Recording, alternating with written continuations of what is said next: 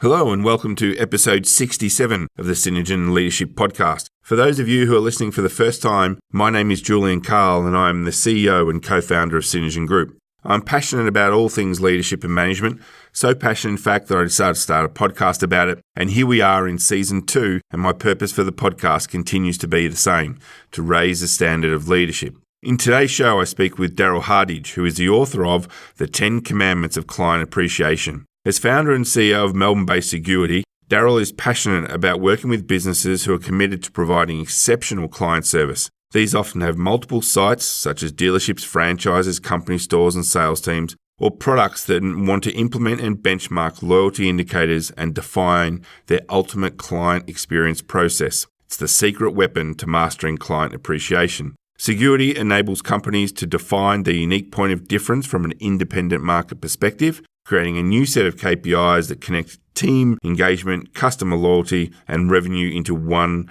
number focus that everyone in the company understands and is committed to. Their appreciation certified team workshops are unique and bespoke, and they look to engage all areas of the business in the game of 10 out of 10 service excellence and ensure they know clearly their individual responsibilities to delivering beyond expectations.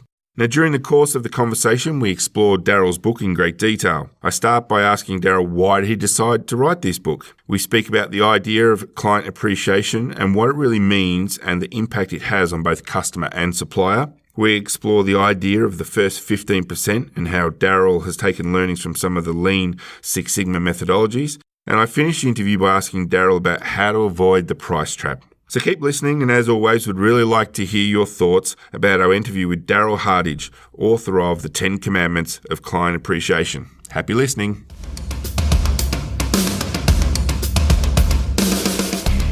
Welcome to the Synergen Leadership Podcast with Julian Carl.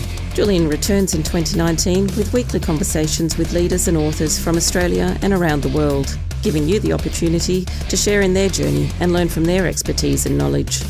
Julian also shares some of the tools and techniques he uses as a leader, mentor, and facilitator, helping you to build your leadership capability and improve your confidence as a leader. Well, welcome, Darrell, to the Synergen Leadership Podcast. Really appreciate you taking the time to be a part of it so that the listeners have a bit of an idea of who you are. Who is Darrell Hardidge? Thanks, Julian. Great to be here. Look, good question. You don't often get asked that question straight up. But for me, I guess my big thing is I have always loved business, loved the game of business. And I've enjoyed studying what makes a great business, and we all get the experience as a consumer of an average one and getting ripped off and what have you. But I've been using some good training over the years, and one of the mentors I've had that is one of the few people in the world that work with Buckminster Fuller. And he has a principle of business that I love. And it is from his life's work when he looked at what is business about? What is the one thing that business is about? And he came to the conclusion, this is last century, that the one thing business is about is adding value. And so when I got that clarity on that, I thought that's the whole thing I'm doing with my company. I love to work with companies that genuinely have a commitment to adding value to their market, because they're usually profitable and effective and good integrity and good leadership and so on. And for me, that's the space that I really enjoy working in. It's a delight to work with companies that have just a true set of values and commitments to delivering value to their market.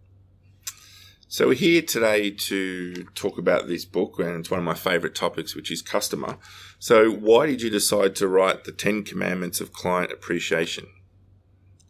It came about from clients who have been through my workshops. I run a lot of workshops, and I run distinctions on what it is that creates brilliant service experiences and what it is that creates the highest degree of adding value and client engagement.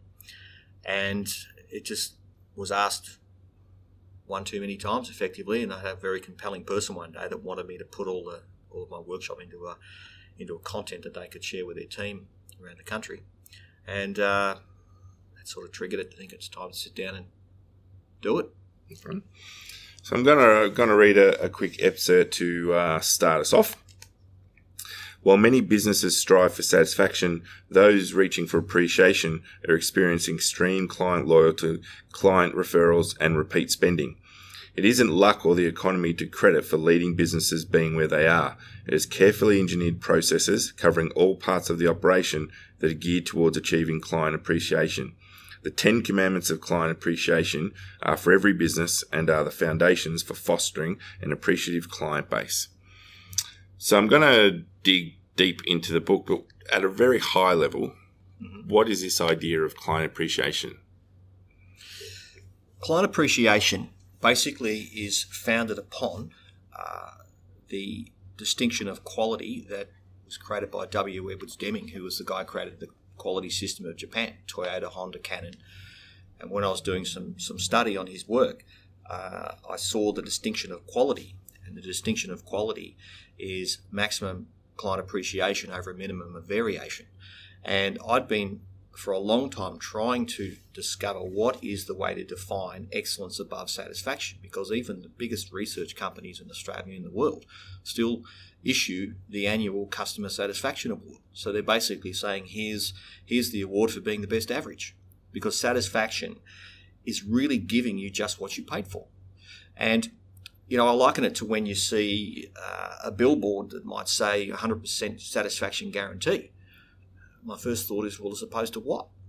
You're going to be happy with 85% satisfaction guarantee? I mean, 100% satisfaction guarantee is the only thing you're going to accept. Otherwise, you're not happy. So the whole market keeps talking about satisfaction as the objective. And the data I have in my company, we've made over 500,000 phone calls now, and I've got so much clear evidence that says that if you give people satisfaction, which is an 8 out of 10, when you look at repeat business, you look at wallet share, you look at referrals, it is nowhere near what it is that those that give a 10 out of 10 score. And so that was one of these things that I had all this information from our research work, and it was just this thing missing that defined as close to perfection as you can get. What is the optimal client experience process? And every business has its own uniqueness. And so that it varies a little bit as to what unique is for each business. And it was when I saw that business principle from Edwards Deming on maximum customer appreciation over a minimum variation, that's when I got the clarity to go, now I understand how we define 10 out of 10, which is truly appreciation. And when you look at that from the behaviour, it's just profound. It's unbelievable the difference you can have. And we've been very fortunate with the projects we've had where I have clients that have 200, 400, multiple locations. And they have the same marketing, the same uniforms, the same price, the same shop fit outs. Everything is the same except for the people in the store. And you can have completely different contrasting client experience scores and completely different revenue bases and margin bases. And working with these companies, it became very, very clear that the power in delivering a 10 out of 10 experience is absolutely phenomenal in protecting revenue and margin and so on. And the crazy thing is that very few companies can actually demonstrate to you what their defined 10 out of 10 process is. They're still all shooting for satisfaction. And so the key to this is client appreciation is a very unique space where any company that has a degree of its clients sitting there, and our objective is to get at least 50% of the client base sitting in that space as a start. If you can get half of your market giving you 10 out of 10, you're doing a very good job, and then you just keep tuning and tuning and tuning to get that score up. But once you've got that, it is phenomenal what it does to the bottom line. So there's such an under-leveraged opportunity for most companies, and unfortunately for them, they have the right idea. They've just got the wrong theory. They're still striving for 8 out of 10. So you're able to quantify it in a commercial sense? Totally. I mean, that must be powerful when customers see that given back to them. Look, it's to run some quick stats by you, and this is on tens of thousands of people where we've mashed up the data. those that score 10 out of 10 average 91% on giving 10, they will definitely come back. Not 9, absolute 10. And the other 9% are usually those you can highly justify. So, it's a bit hard to sell a pram to a family when the kid's 5 years old. They're not coming back. We do Honda power equipment, and we had an old guy once who gave a really high score and gave 0 on coming back. And when we asked him why, he said, the lawnmower's going to live longer than me, so I'm not coming back. But outside of that, when you achieve that optimal client experience, you own that market. You're untouchable. It's what we call unshakable loyalty. Because a lot of people talk about loyalty and loyalty cards and all this sort of thing, but that's not loyalty. If you've got to buy customers, it's not loyal. Unshakable loyalty means it doesn't matter who knocks on the door, they are not listening to them. They are sticking with you no matter what. And so when you look at that, you've got that 91% you can put on your balance sheet that I've got them back next year. But they also refer, and when we talk about referrals, we say to people a specific conversation where they've actually basically done the selling for you. And that rates at 4-to-1 ratio of an 8 out of 10. So 8 out of 10s, for example, they sit at 48% on the certainty of coming back. So it's almost half, which means you've got to keep advertising to fill up the bucket. And of course, the referrals from the 10s are almost laid out. I mean, they're going to walk in the door. They've got absolute trust already and high expectations because they're trusting their friend. And the conversion rate's higher, where the 8 out of 10s are nowhere near as powerful referrals. So it's massive the difference it makes to companies when they get this right. And where we've been able to prove it is in those multiple locations where you can literally compare apples with apples, absolute comparative situations. And when you have those that get this appreciation factor right, it's game over for the competitors. So so what you're telling us is we should all start to think about how we could try to own this space of the client appreciation, mainly because of the commercial return from it. Well, look, that's a simple answer. However, it's like a lot of things in life. We all know we shouldn't eat this and we shouldn't drink that, and we still do, right? Yeah. So there's all these things we should be doing, and people don't do it. And unfortunately, for a lot of businesses, these decisions are left to the bean counters, and they look at the bottom line. They don't know how to measure loyalty and measure goodwill. And if you base it just on transaction, which is what I call driving with the rearview mirror, you're looking at what happened. What we want to do is be able to forecast what's going to happen. And if you want to forecast what's going to happen, you've got to understand client behaviour. Otherwise, you're just reactive all the time. And a lot of companies, it's interesting in the sense that we've been through a very good economy for quite a long time, where people are so busy they assume that, well, we're flat out, we must be doing a good job. But one of the things that is showing up already in our data, and we're sitting here virtually the 1st of March or the end of February, is that since there's been a little bit of shake up with the banks and all the stuff that's going on, there's already a shift in the value for money scores. So I'm already noticing in the work we're doing where what the market's saying is they're far more critical now about how they assess getting bang for their buck. And of course, when you're flush, doesn't matter. But when you're tight, you start thinking heavily. And this, when you get feedback on consumer sentiment, that sort of thing, they're being more selective, they're being more careful, and it's already showing up in how I value what I'm getting, which means the pressure's now on. So anybody who's listening to this, you've got to get clear that the pressure is now on to raise your standards, because if you don't, it's going to end up in how you're assessed in value. And a lot of companies are going to find themselves in a price trap because they can't get out of it. They've got to buy their way they've literally got to buy their way to staying in revenue. Yeah. Well, it's that thing, isn't it? In quite a lot of industries, the pricing, it's literally a race to the bottom. Absolutely. And the only value they're offering is, we're cheaper than X, and there's no real value in that. Not at all. So I want to start to dig deep into some key things which stood out to me from the book. And first one is this idea that you talk about the leadership team have to be a custodian of the why. So can you talk to listeners a little bit about that? Well, this is an area that I look at back to Buckminster Fuller's thing about adding value. If you ask a lot of people, why do you do what you do here in this company? They'll just talk about the nuts and bolts, the facts of, we sell stuff. But everyone is in the business, or should be in the business, of thinking it in the sense of, we're in the business of client intimacy. We're in the business of relationships. We're in the business of adding value.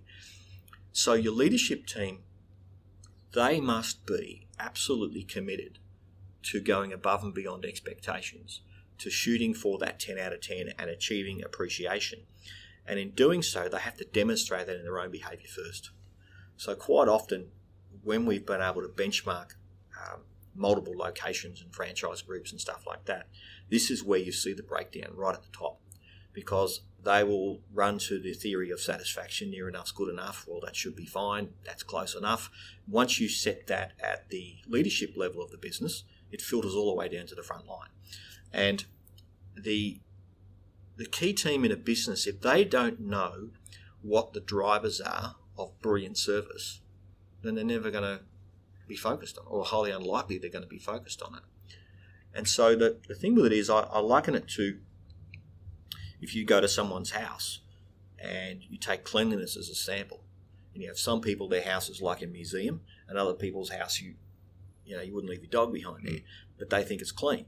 So we all have our own standards of clean. We also have our own standards of communication. We have our own standards of service. And if you don't define what your standards of service are that are strategic and documented, then your leadership team, you're hiring people's standards of what clean is, for example. So you're going to hire, well, that's good service, that's satisfaction, that's 8 out of 10, should be good enough. And if that's what you've got, then you're going to struggle with holding that high degree of loyalty. And so this comes right back to the recruitment process. And what I do with our clients is we give them the drivers of client appreciation as part of the trainings. Like, these are the things that are non-negotiable. This is our standard of communication. This is our standard of what creates trust. These are the standards that people want from how they define us being helpful to them, and so on, and knowledge and experience and expertise, etc. If you don't set that up really clearly, then you're inheriting other people's past experiences, and we all know how that usually goes. I'm always fascinated with all the different terms around customer client. There's satisfaction, there's experience, there's centricity. What is your view of client centricity? I link that to, there's a lot of things going on at the moment with companies doing customer journey, customer client, whatever people refer to as, let's call them customers, customer journey mapping. And so a lot of mapping out customer journeys is looking at the touch points and the things from an internal point of view, where the company sits down with the team and they map out all the touch points of what they know they do in their processes. The challenge is with that is they don't have an independent market perspective looking back on those processes. So the way we look at centricity is everything speaks to customer experience. Everything. So I often say to companies, every single part of a job description, every document, every process in a business should have an intention that it adds value to the market. So a simple example, often what comes up in data is frustration in communication, and often it links to accounts departments, accounts payable, accounts receivable, whatever it may be.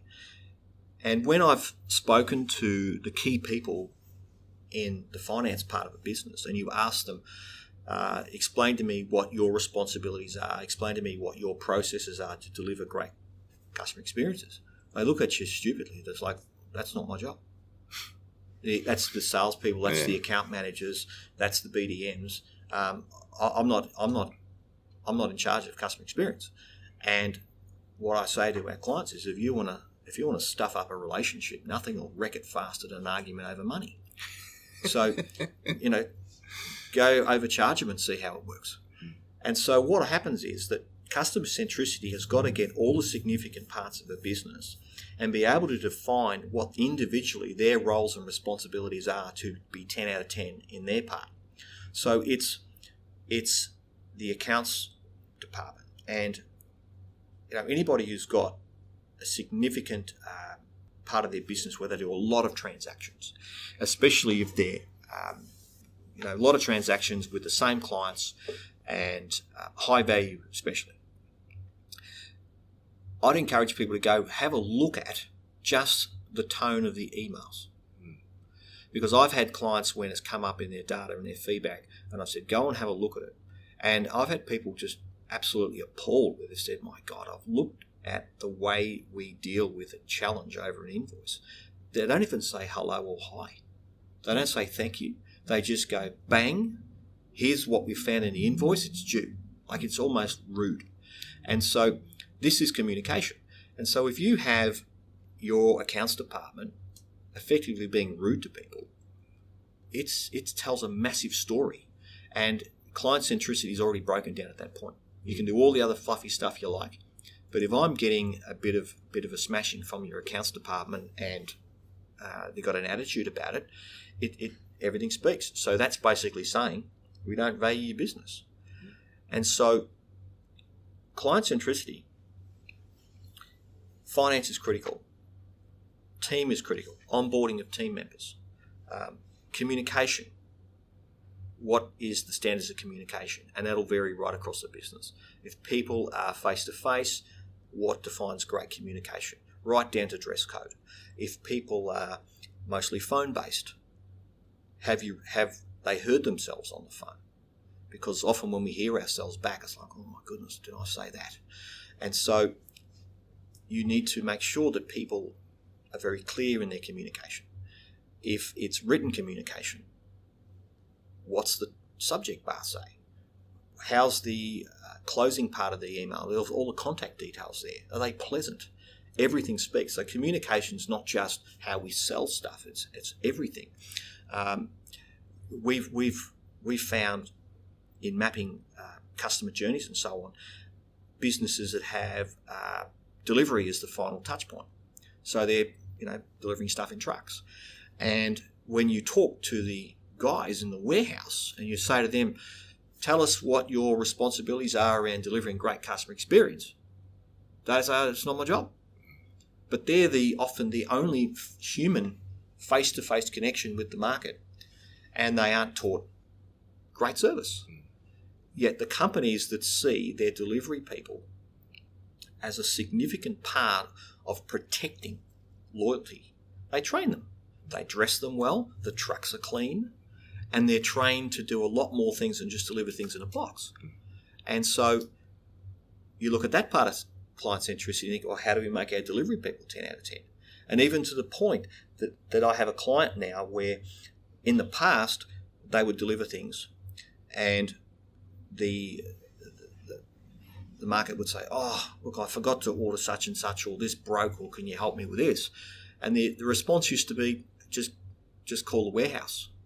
So then that person's now got another task to remember to do that day. They've got to get on the phone, they've got to wait on the phone, they've got to ask all this stuff. That's not service.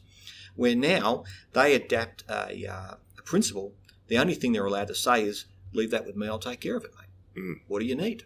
And then they got the order pad and they get in the truck and they ring the yard or the warehouse and they place the order. And then the warehouse will call the client and say, we've got your order, it's on the next truck. And they go, oh my God, that is fantastic. You just saved them all this work. And all they did was train the delivery people to do one more little task and give them this empowerment that when you talk about the custodians of why or the custodians of service experience, in these particular business models, the delivery people are actually the custodians of the loyalty in many ways. So when they're trained and they see their part as client centricity, it changes the game. Everything speaks. You talk about this first 15%. Mm-hmm. I like percentages. I like numbers. Talk to me about the first 15%. First 15% is whenever I do this part of a workshop, I always say to people, this is probably going to haunt you for the rest of your life. This is also an Edwards-Deming principle, and he talks about if things aren't set up correctly within the first 15%, then you're not going to get the optimal outcome. So it's making sure that if you take any delivery of any project. It could be a sales process, it can be delivering a website, it can be delivering a house, it doesn't matter what it is. You'll have 0 to 100%, 100% being successful completion and being paid for it. And as you reverse back that project, you will know of all these significant things. And the way I get people to understand it is I ask them to think of the worst project or thing that they've done, that's the one that they just don't ever want to happen again. And it's one where they didn't get kicked out, they actually delivered it and got paid for it. So they got it kind of right at the end, but it was painful. And when you ask them to just timeline it even, they can look at it and say, yeah, at the 70% mark we were over budget, or at the 50% mark we didn't have enough stock, at the 30% mark we could see that we were under-resourced HR-wise. So they can look back on these disaster projects, and as they unpack them, they can see that they were way over that line. And then if you ask them to talk about and pull apart that project, they love to repeat. The one they like to tell people about is, what makes them so great, the most successful thing they've delivered. And as they unpack that project at 80%, 70%, 60, 50, 40, whatever it may be, all the way through that project, they can tick the boxes to go, everything was organised, communication was tight, team was organised, suppliers were organised, whatever it was organised. And so the Deming principle of this is that you've got to map it out, and what's the first 15% of the process? And at that point, everything needs to be identified and planned for. So if you're going to require a certain resource at the halfway mark, don't get to 40% and order it. It's done in the first 15. And so when you look at 10 out of 10 outcomes, all they talk about is just this brilliance in the whole process. And when you look at these companies that have these extraordinary results, they can clearly articulate every step and stage of the process that's required. They've got it mapped out well. So the first 15% is a really critical process. And where it gets really tough for people is there's 3 layers. So there's the first 15% of the first 15%, which is 2.25. Mm-hmm. And then you've got the first 15% of the first 15% of the first 15%, which is 0.34. Right. And people think it's nuts. But if you take an iPhone and 100,000 iPhones made, there is no way they throw 15,000 out. That's 15%. There is no way they throw 2,250 out. That's 2.25%. They may throw 340 out. So in lean manufacturing, Six Sigma, which is what Deming's stuff is the foundation of a lot of that, it is already back at that point. And often people say to me that, but that's ridiculous, we can't do that. I'm like, well, who's going to fly on a plane? I was in Brisbane yesterday delivering some work. And I know I want the pilot who's got the bloody first 15 of the first 15 of the first 15 sorted out. I don't want the pilot going, oh, yeah, done this a few times. Let's see what happens. Let's see what happens. So we have examples in our life, medical, surgery, flying a jet. You look at Qantas, who've got the greatest safety record in aviation in the world. They have the first 15% right down to the decimal point. That's proven with their result. So people often think that that's over the top and can't be achieved. And all they've got to do is deliver a box across town. It's just not thinking hard enough. And the thing with it is often the companies that achieve this, it gets back to that fundamental Buckminster principle of adding value. They know if they are going to add value at the highest level, they've got to take responsibility to get everything organised and get it way back, fully coordinated and structured within that first 15%. Talk to me about this CX bucket, because there's a great graphic in here of a bucket with holes and cups and things, and so pity the listeners can't see it, but what is this CX bucket that you're talking about? Well, often it's just referred to in conversation about, got a hole in the bucket or something like that. So I actually, when I do some keynotes and things, I've got 2 buckets. One's got holes drilled in it and everything else, and I ask people, how much water will it take? And this is always a bit of fun. And so I've physically got a red bucket that's 10 litres and it's got holes drilled in it. And I hold it up and I say, how much water will it take to fill up this bucket?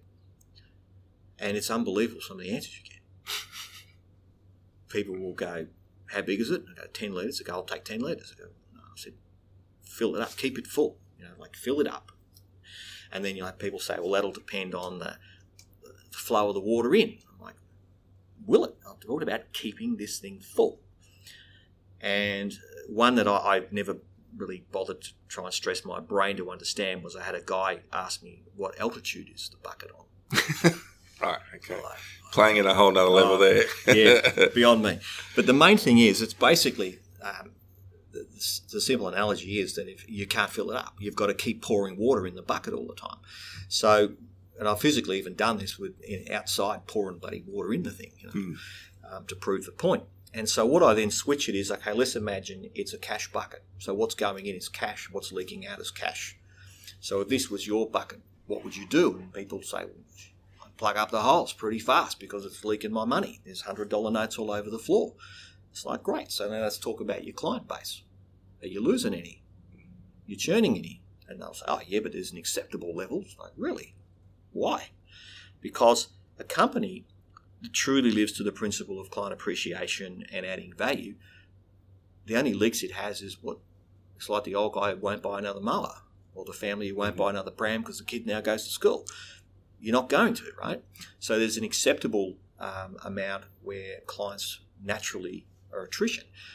But outside of that, if your commitment is to add value, there's no leaks in your bucket. So what we do is when we look at research and so on, and you get these scores of 7 out of 10 and 8 out of 10, and they shop around with competitors, then you've got leaks. Because if you've got a customer bucket that's of absolute the highest integrity, they don't shop with anyone else. They only choose you. And so the thing with that is that the way the metaphor works is that, what would happen if you plug the holes and you keep the flow coming in? And then people will say, well, it'll overflow. Okay, well, if you take that as a cash bucket and you plug the leaks, and your marketing is still pouring in cash, what's going to happen to the bucket? It's going to overflow in cash.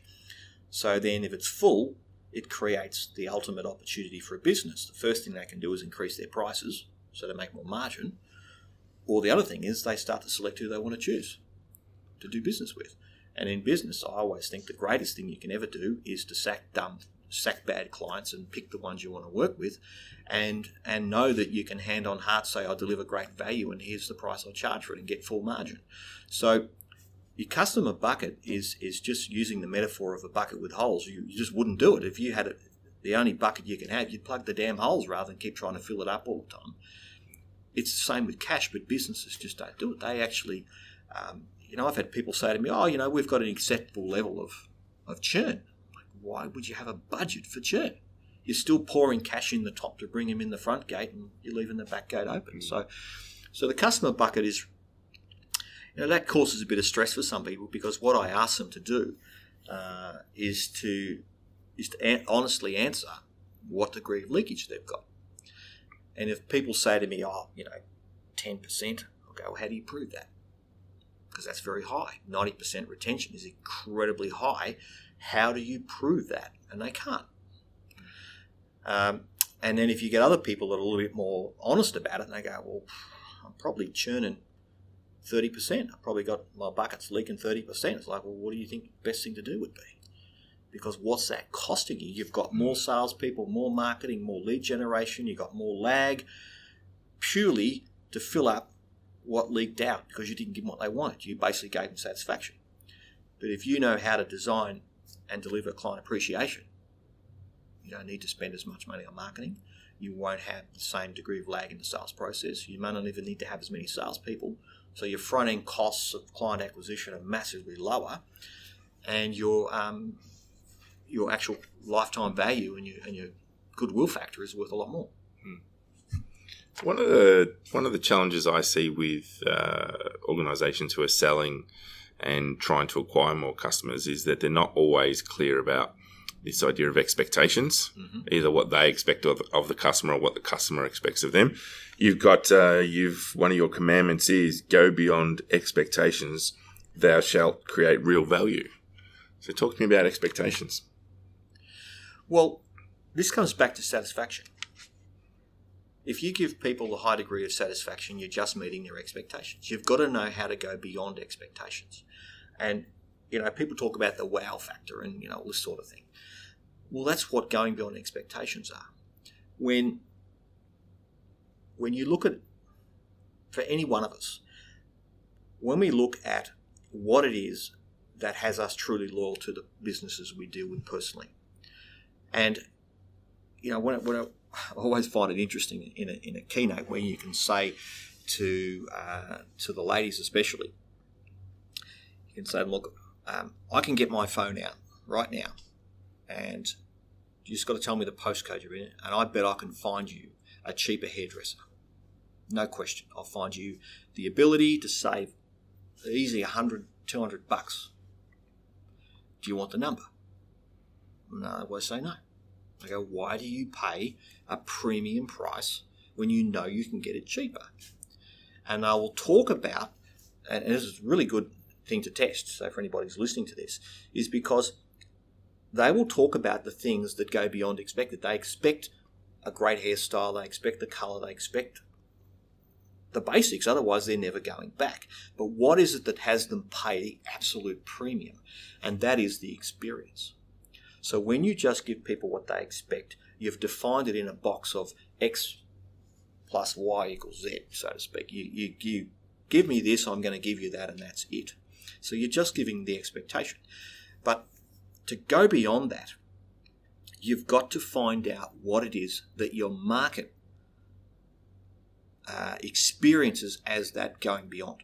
And so where companies have the best intentions and the wrong theory is they will sit around a boardroom and they will design their own, using their own beliefs and their own experience, they'll design the ultimate customer experience process.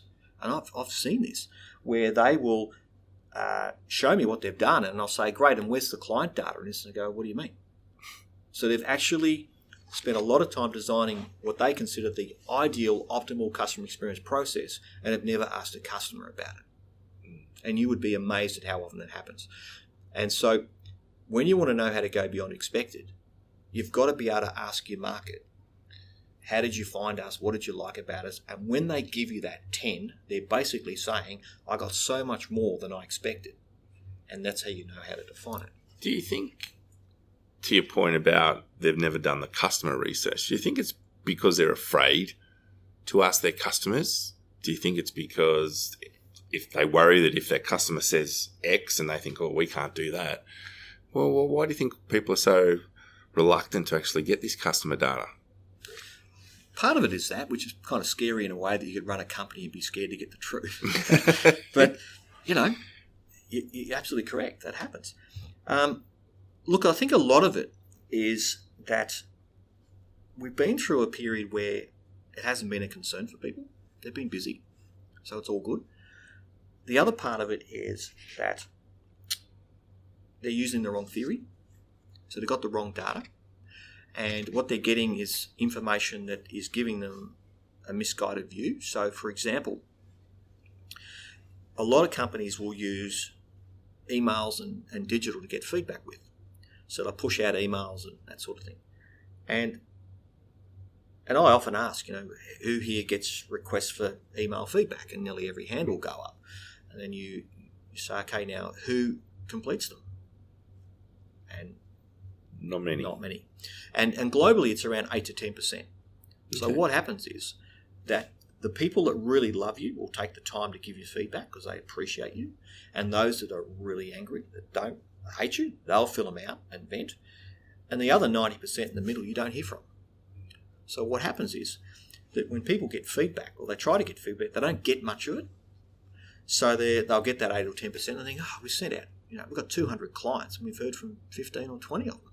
And I can't do much with it, so it doesn't work. So they actually try with the wrong theory, best intention, and get a very poor outcome. And then the other problem is that when they get the data, they don't know what to do with it. They're in the business of whatever it is they do, whether a dentist or an IT company, doesn't matter what. That's their specialty.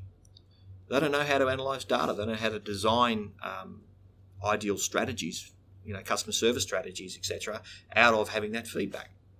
So first of all, they don't know how to ask the questions. They use the wrong methodology. They don't know how to analyse it. They're too busy. And if they don't get what they like, they ignore it anyway. So it's kind of, in a lot of cases, it's doomed to failure. But the real smart businesses know that if you don't engage your market in designing the best experience, the best thing you've got is a guess. Do you think that's why that at a personal level, when we do get this experience which exceeds our expectations or is really memorable, it's because on average the quality of experience is pretty poor? Yes. Australia, regardless of what we think, if you travel a bit, you'll soon see that we're not that good at it. Mm. And what that means is that it is such an unbelievable golden opportunity for somebody who wants to have a crack at it, because you're not really working off a high base to start with. And if you take the time to engage with your market and understand what it is that makes you different, then and be able to put that into design process, procedures and so on, and making sure that you've got all the right things in play and you're training people and what have you, the predictable outcome is going to be pretty damn good. Because if you find out from your market what it is that makes you extraordinary and you reverse engineer that and get that first 15% part sorted out, you're unstoppable, because you know your competitors haven't done it. Very few people do.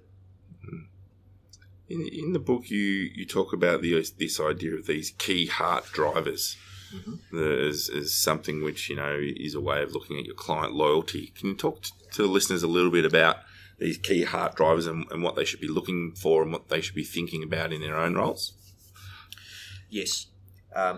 It's something that is really misunderstood, and it's happening in every business. Every business. So the thing is, when we do analytics, and this is stuff we've created, we define head and heart drivers. So heart drivers, for example, are you've got stock on the shelf, you know about your products, delivery's good, you're on time. They're basically process head-driven things.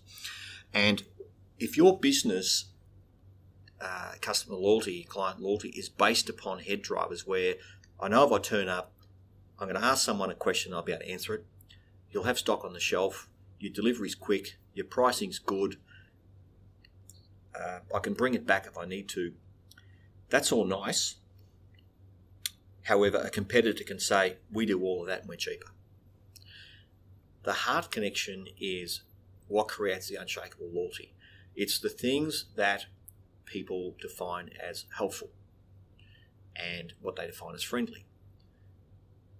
And even there, it's splitting hairs, but it's powerful, because I can go into a business and be very, very friendly and not have a clue what I'm talking about and not be very helpful. And then you can go, and we've all had the experience of meeting someone in a business who knows everything and they're rude. They're helpful, but gee, they're not very friendly about it. Mm. So friendly and helpful are distinct, and to put the two together is incredibly powerful. Then you've got communication, and heart-based communication is that really good engagement. When you go into a business and that person in that moment is just there for you. You are the only customer I have to serve right now. How can I be of service? How can I add value to you? And when we get those experiences, they stand out. Mm. You love it. And then when they do that, they ask you questions, you'll answer the questions. You'll find you always spend more because you're willing to. So average sale goes up. And the other thing with it too, that when you are friendly and helpful and have clear communication, and you take the time to understand my needs and can give you the right solutions, it is one of the key things that underpins trust. Because I know I can trust that you have my interests first, not your own. And so companies that are able to define what a heart connection is to their market, you can knock on the door all day with a cheaper price, you will not take the business away. And this is easy to prove. And I ask this is like back to the example of the ladies with a hairdresser. You can get it cheaper. We cut hair, we do this, we do that, we're on time, and they go, I don't care. I don't like you. I don't feel good. I don't have a good chat. The environment, it could be the colours, it could be the flowers. That's got nothing to do with head drivers, that's all to do with emotion. So when companies are able to define especially in their sale process, the things to communicate that are going to connect with that heart connection with their prospective market, they're going to get a much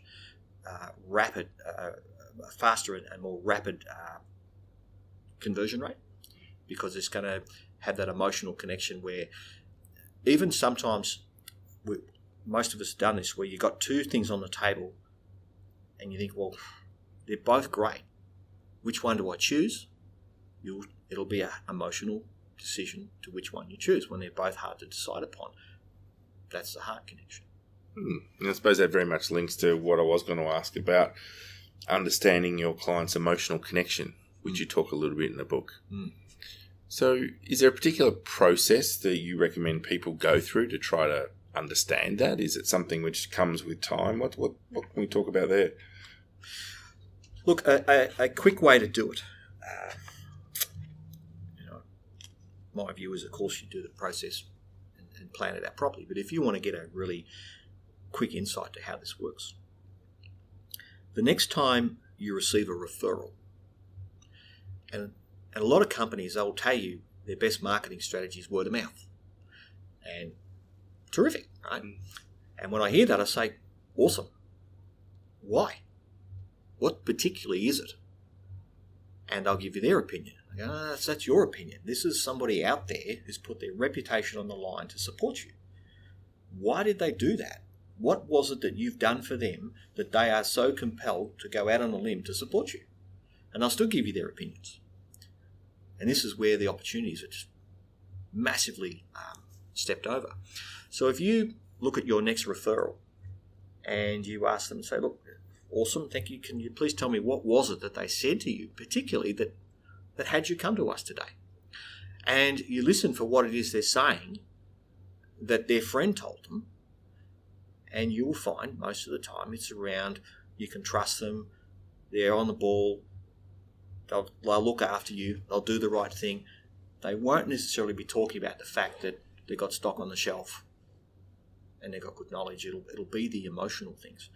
And then so you take it another step further and you go back to the person who referred and you thank them for the referral and say, I really appreciate it. Thank you so much for sending, Julian in today. Can I just ask you, what is it that we do? What have we done that's earned that respect? We really want to understand this because we're so grateful for it. And I'll tell you, do that 20 times and you've got a brilliant story to put into your sales team and share with your team, because it is the absolute truth. And if you just do that, you will learn so much. As I was reading chapter 9, there was a sentence or statement really which really stood out for me, because I'm always in the leadership programs we're running, I'm always talking about this idea.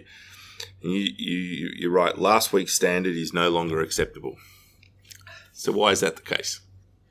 Well, you can have a 10 out of 10 today and have an experience where somebody, let's say they try you out because they're not happy with where they were going. And if you give them a 10 out of 10 today and they come back and a year later it'll be a 9, a year later it'll be an 8, because you've trained them what to expect. So if you design these processes and train your team and achieve that, which is fabulous, but if you just go, well, we've done our job now, and it's like you don't go and practice golf once. I mean, I'm a shocking golfer, but I gave up. But I've got a mate who's an incredible golfer, and he's always practicing his putting. It's like, well, just because I could do it last week, part of the course last week, doesn't mean I can this week. So it's kind of like looking at it from a point of view that if you believe you have the system where it is optimally today, anyone will tell you that they believe business is going to be tougher in 2 years' time than it is today. Is business going to be easier or harder in 2 years' time? So it's going to be harder. Okay, if it's going to be harder, then how can you rely upon today's standards to give you that 10 out of 10? So we just worked to a mantra that last week's standards no longer acceptable. And I use in a team session, what I'd ask is raise your hand if you are committed to improving by 1% a week. Just one little improvement on communication, one little bit of improvement on getting clarity before you take the next step. Just one little thing, 1% a week. And everyone raises their hand. And if somebody doesn't raise their hand to 1% a week, then you've probably got another thought to have about that person.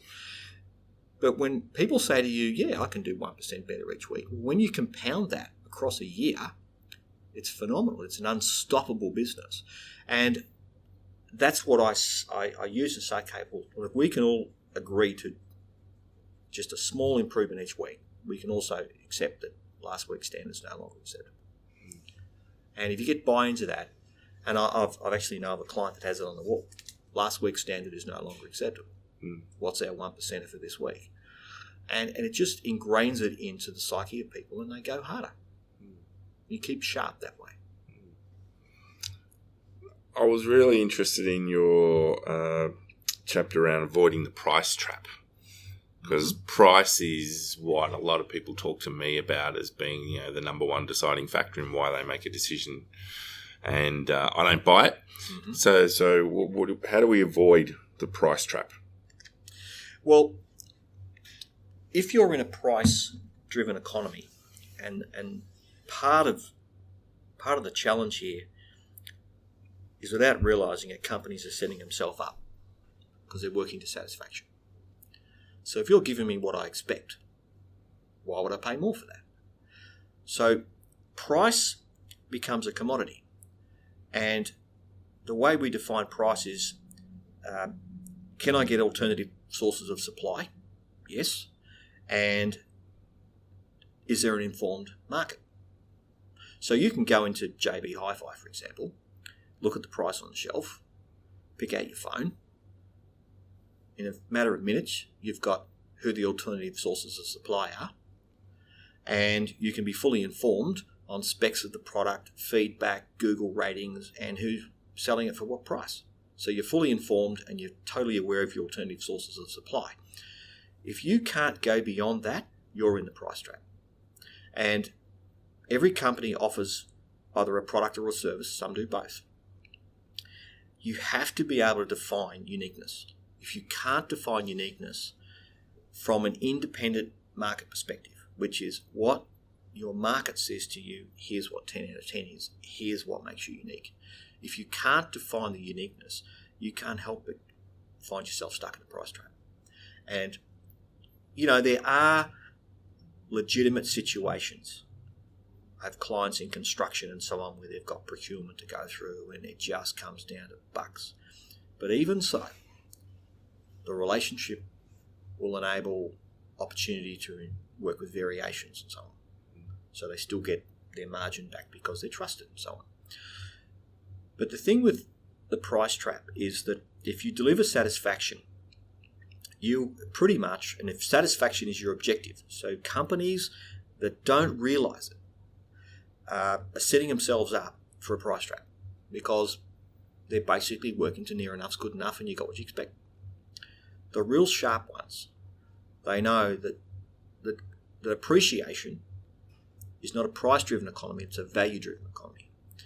And the way you can define a value-driven economy is you must know how to define and deliver what we call unique transformational experiences, which comes back to the last week's standards no longer acceptable, the 1%ers. Because if I come into your business and I get a great experience, it's like, yeah, that's fantastic.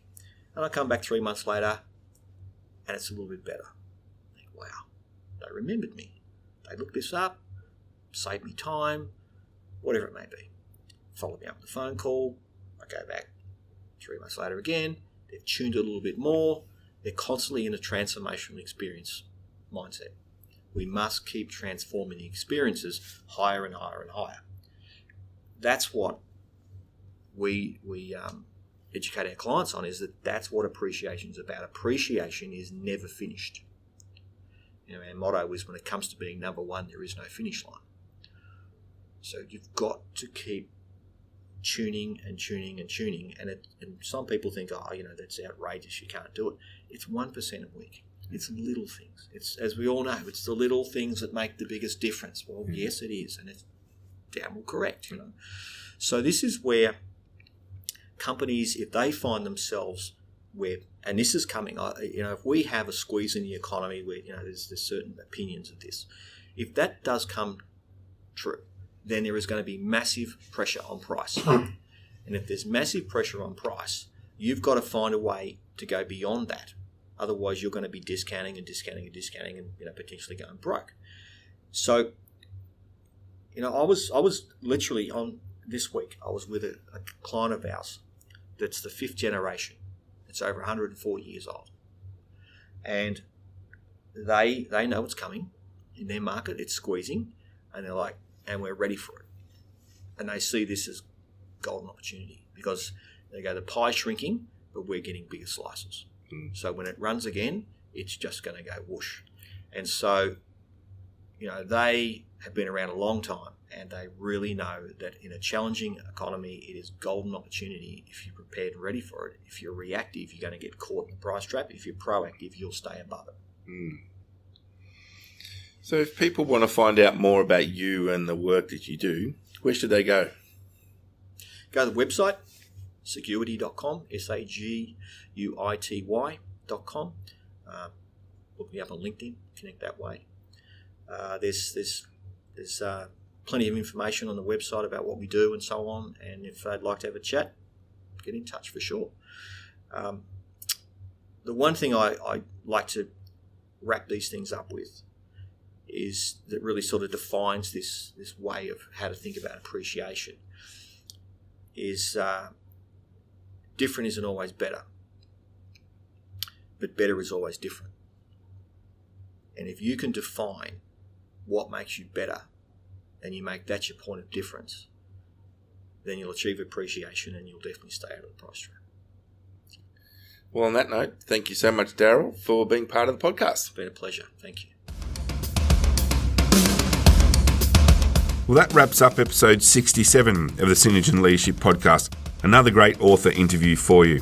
I'd like to encourage you to head on over to the Synergen Group website and engage in the conversation with us. Tell us what you liked about the episode, tell us who you'd like us to interview, or tell us what sort of content you'd like us to deliver. And if you are an iPhone user, please feel free to head over to the Apple site and leave us a review. Greatly helps us build the awareness of the podcast. In next week's episode, I speak with Travis Jones, who is the founder and CEO of RPT Gyms. And it's a really interesting episode because Travis is a serial entrepreneur.